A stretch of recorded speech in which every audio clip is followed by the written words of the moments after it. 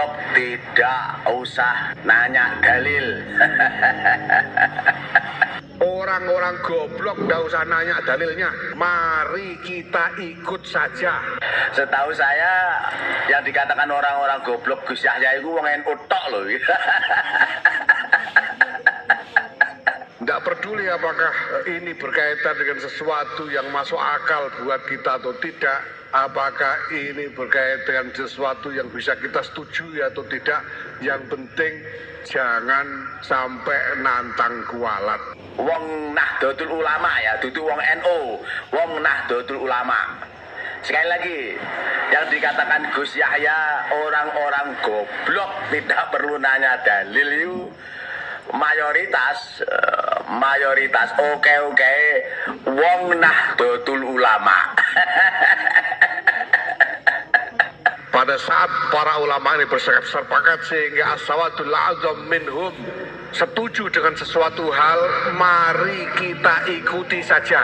Senang tidak senang, setuju tidak setuju, pada saat as-sawadul a'zam minal ulama ini sudah menetapi sesuatu bersama-sama, mari kita ikuti saja. Jadi menurut Gus Yahya, wong Nahdlatul Ulama sing goblok kuwi ora oleh nanya dalil. Padahal menurut saya orang-orang goblok yang nanya dalil itu merupakan satu kemajuan intelektualnya. Dia itu pengen pinter. Lah kok malah dindek-deki malah goblok. Orang-orang goblok nggak usah nanya dalilnya dan nggak usah mempersoalkan macam-macam. Supaya apa? Supaya jangan sampai kita kualat. Pokoknya ikut apa yang telah menjadi kesepakatan para ulama. Wis goblok dindek-deki mundak pekok. Sekali lagi ya, yang nanya dalil itu yang dikatakan Gus Yahya orang-orang goblok tadi, itu mayoritas wong Nahdlatul Ulama, dudu wong NU, wong Nahdlatul Ulama. Kalau misalnya ada 4 dari 10 yang dikirim melalui NU, saya kira sampai ke bawah itu masih ya apes-apesnya itu 3,8, 3,9 apes-apesnya gitu. Karena apa? Karena ini struktur NU ini memang didesain sebagai struktur ikhlas, dan orang-orangnya ya saya masih khusnudon ikhlas-ikhlas lah. Nek wong NU kan akeh sing nunut urip.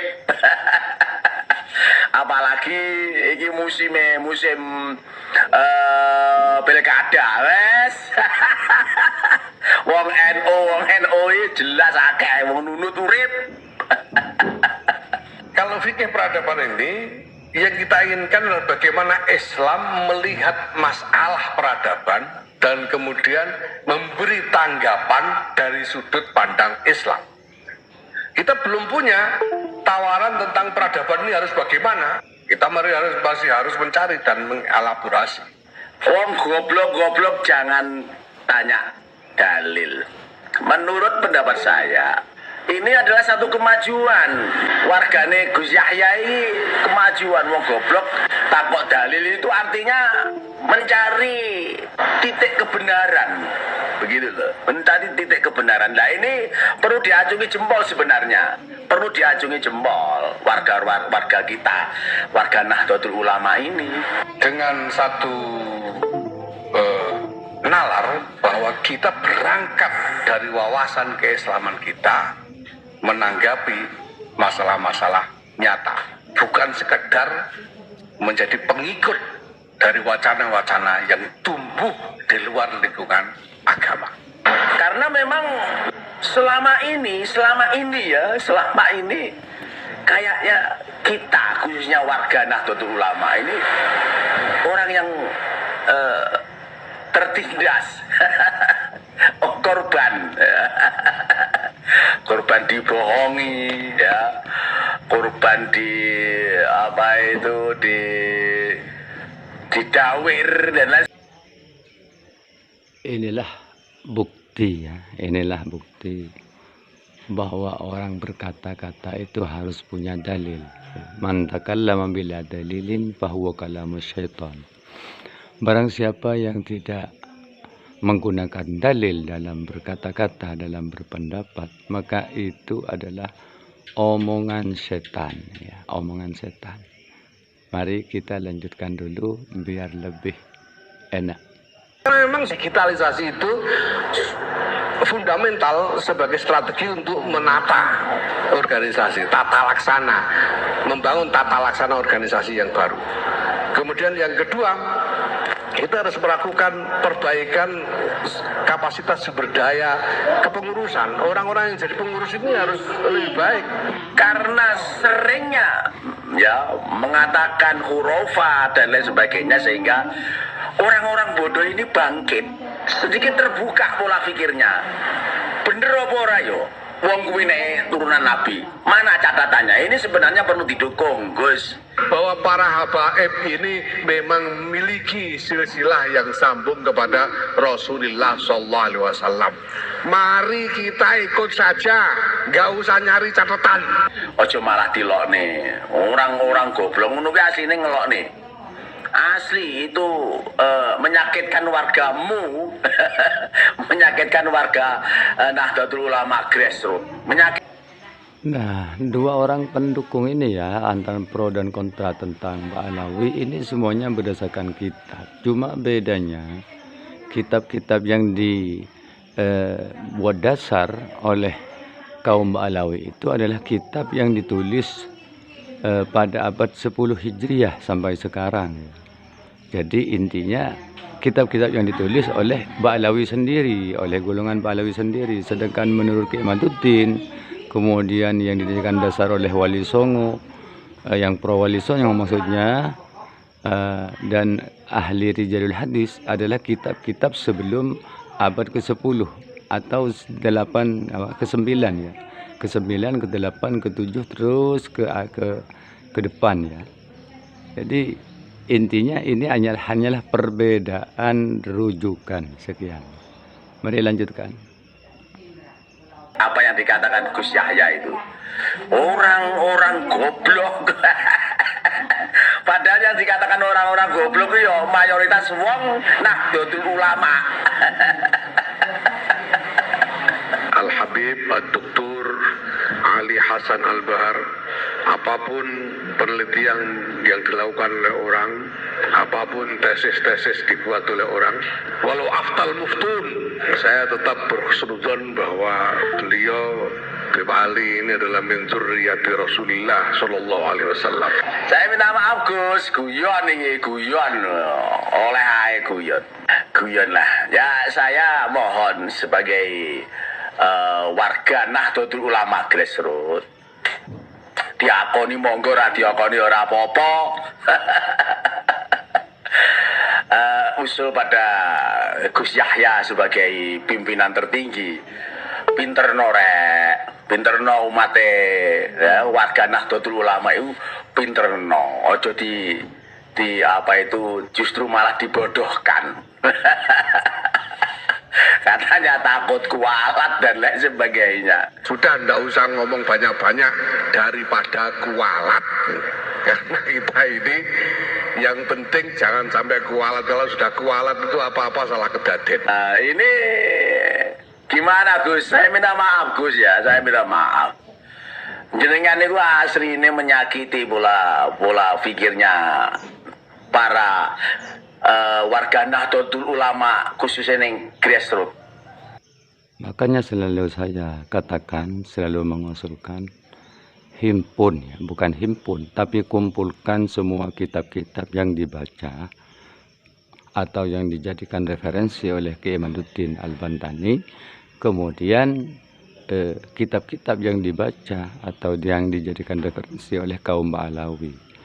Nah, itu harus dicek mana yang lebih sahih, mana yang lebih kuat, mana yang lebih mu'tamad ya, yang bisa dijadikan pegangan. Nah, jadi ini usulan untuk pengurus NU ya, supaya bergerak cepat ya, mengumpulkan kitab-kitab yang dibaca oleh keduanya. Nah, Atau kalau MLB nanti terjadi, ya, terlaksana, kepengurusan baru ini harus bergerak cepat untuk mengadakan bahsul masail internasional. Pokoknya jangan nantang kualat, karena kualat ini bahaya. Tidak peduli apakah ini berkaitan dengan sesuatu yang masuk akal buat kita atau tidak. Yang penting jangan sampai nantang kualat. Dan tidak usah mempersoalkan macam-macam. Supaya apa? Supaya jangan sampai kita kualat. Sebenarnya menurut saya tidak perlulah ngomong semacam itu, nggak perlu. Memang warga Nahdlatul Ulama ini ada kemajuan supaya mengerti satu permasalahan yang ada di depan kita. Ini piye? Kok enek ngene iki piye? Warga kita itu sudah cerdas. Akhirnya tanya dalil. Sebab yang mendukung kebenaran itu memang dalil. Jika dikatakan warga NU itu sudah cerdas, ya insya Allah lah ya, betul ya, ada peningkatan ya. Jadi ada peningkatan dari zaman-zaman dulu ya. Apalagi sekarang ditopang atau didukung oleh medsos yang bicara apapun bisa diekspos, kemudian mencari dasar apapun bisa dicari di internet ya, di Google bisa, atau langsung mendatangi tempat-tempat perpustakaan. Menurut penjelasan dari Kiai Imaduddin Al-Bantani bahwa kitab-kitab yang dibaca oleh Kiai Utsman Al-Bantani itu adalah kitab-kitab yang ada di perpustakaan Turki ya. Silakan datangi wahai kaum Ba'alawi. Kitab-kitab yang dibaca itu terutama yang ada di luar negeri, mohon dimiliki juga ya. Mendaftar sebagai anggota perpustakaan ya. Karena Kiai Imaduddin itu punya kartu anggota ya. Sekian, semoga bermanfaat supaya polemik ini selesai, atau ya cepat-cepat tobat saja. Karena mengapa ini polemik berkepanjangan? Karena yang satunya mengaku, kemudian pihak satunya menentang. Nah, yang satunya lagi tidak mengakui, masih bertahan. Coba jujur saja ya. Jadi ini kalau disikapi dengan jujur, dengan legowo, insya Allah polemik ini akan selesai ya. Jadi antara pro dan kontra tidak ada lagi.